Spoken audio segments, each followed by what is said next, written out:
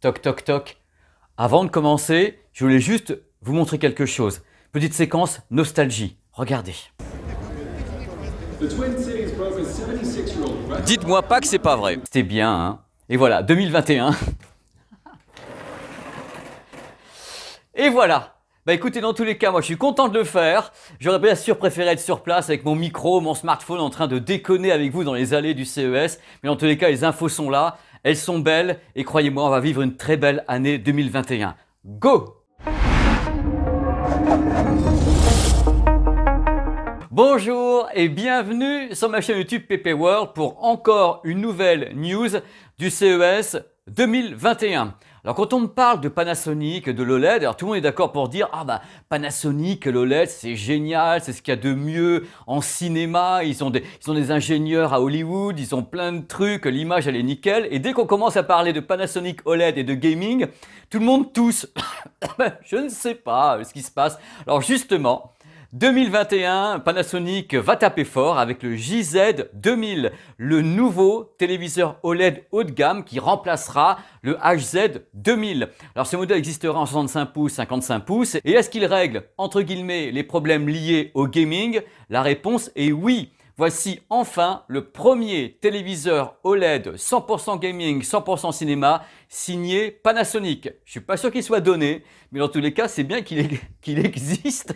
L'idée de base, c'est bien sûr de faire mieux que le HZ2000, mais tout en conservant l'identité de la marque, c'est-à-dire avec tout ce que savait faire le HZ2000, mais on rajoute des trucs, on greffe des choses supplémentaires pour qu'il y ait un upper level. Voilà, on monte en level, on passe de expert à super expert, avec toujours la même dalle, cette dalle OLED Pro qui est donc peaufinée avec LG et Panasonic. Cette dalle est utilisée également en mastering à Hollywood. Moi, j'ai vu des gars faire de l'étalonnage des couleurs avec cette dalle OLED qui est extraordinaire. Pour information, la dalle utilisée par Panasonic est un modèle qui assure une luminosité maximale de 1000 candela. Donc c'est bien pour le LED, 1000 candela. Mais il paraîtrait que Sony est arrivé à plus. Mais j'ai pas encore les résultats avec la vidéo que je viens de vous laisser. Il paraît que eux, ils pètent un peu les scores.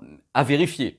Et il y a un nouveau processeur qui est là, qui est tout beau, et bien sûr avec les mots magiques autour du processeur, c'est le HCX Pro avec l'intelligence artificielle. Vous savez, s'il n'y a pas actuellement AI ou EI dans un processeur, ça veut dire qu'il est complètement stupido. Il est tellement plus intelligent que justement, maintenant, il est capable de traiter le gaming de façon fulgurante en étant compatible Ultra HD 4K, 120 images par seconde avec les modes gaming ALLM et VRR. Donc reconnaissance par l'électronique d'un signal qui ne serait pas du cinéma mais du gaming, hop, on s'adapte, et VRR, Variable Refresh Rate, c'est-à-dire en effet un rafraîchissement variable, ça peut passer de 30 images par seconde à 60, bref, ça bouge sans qu'il y ait de saccades, de déchirements et autres. C'est ce que font les téléviseurs en 2021, du moins vaut mieux. Pour les gamers, il y a un truc vanté par Panasonic, ils ont raison de le vanter, c'est vrai surtout, c'est l'input lag, c'est-à-dire le retard à l'affichage. Quand on donne un ordre comme ça sur une manette, combien de temps après l'ordre se répercute à l'écran? En général, certains téléviseurs, quand on descend en dessous de 16 millisecondes, c'est bon, c'est-à-dire qu'on n'arrive pas à détecter à l'œil qu'il peut y avoir une rémanence ou un retard ou un truc comme ça. Là, c'est 14,4 millisecondes sur ce téléviseur OLED de Panasonic 2021. C'est ce qui a été mesuré. Ça sera mesuré après, bien sûr, par ma pomme ainsi que des confrères. Mais je pense qu'ils ont fait un effort maximal pour qu'en effet, ça reste dans les cordes. Pour revenir rapidement sur ce nouveau processeur Panasonic HCX Pro avec intelligence artificielle, bien sûr, il traite l'information en temps réel pour optimiser le contraste, la colorimétrie, la luminosité. Il y a des tas de modes qu'on va pouvoir connecter ou déconnecter dans le menu, des tas de trucs. Et chose très importante, parce que je sais que vous allez kiffer, ce téléviseur sait tout faire côté HDR. C'est-à-dire qu'il gobe tout. C'est-à-dire qu'il va encore plus loin que tout. Il est compatible HDR basique, Dolby Vision IQ, HDR10+, HDR10+ adaptatif. Il gobe absolument tout. Vous n'aurez aucun problème de compatibilité. Pour l'audio, Dolby Atmos avec en plus une section audio augmentée différente de celle du prédécesseur puisqu'on a rajouté des enceintes latérales.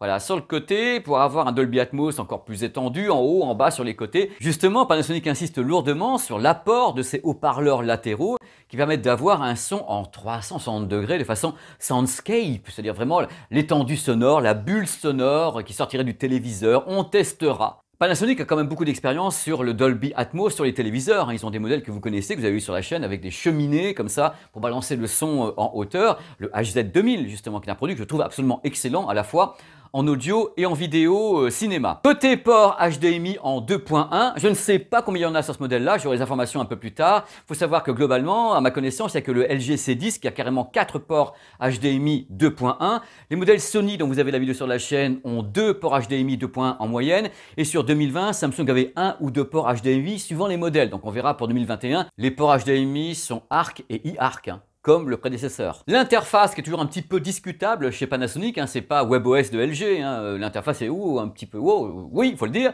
Là, cette fois-ci, c'est toujours la même, ça s'appelle My Home en version 6.0. Il y aura des trucs améliorés, on testera. Truc très très bien que je tiens à signaler autour de ce téléviseur, il a une double connexion Bluetooth, c'est-à-dire 2 flux Bluetooth. On peut connecter 2 casques en Bluetooth entièrement séparés.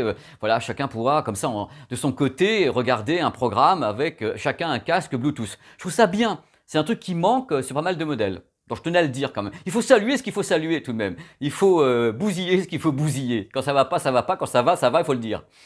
Ah oui, cerise sur le gâteau, il y a le pied rotatif. Ça c'est bien, j'aime beaucoup ce truc-là. Il l'avait abandonné, il s'est revenu. J'aime le pied rotatif. Ça rend vachement service dans une pièce. Il est dessus. Normalement. Je ne sais pas encore tout sur le produit parce qu'il arrivera à la fin du premier semestre 2021 avec des annonces, je crois, fin mars 2021 pour toutes les caractéristiques techniques. Donc là, c'est vraiment une petite vidéo comme ça entre nous à la cool, preview, pour vous faire un petit peu saliver sur ce qui va arriver chez Panasonic à des prix tout à fait aériens.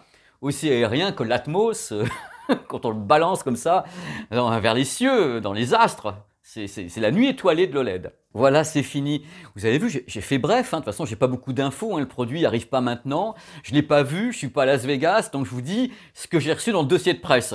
C'est la dure loi des journalistes en ce moment.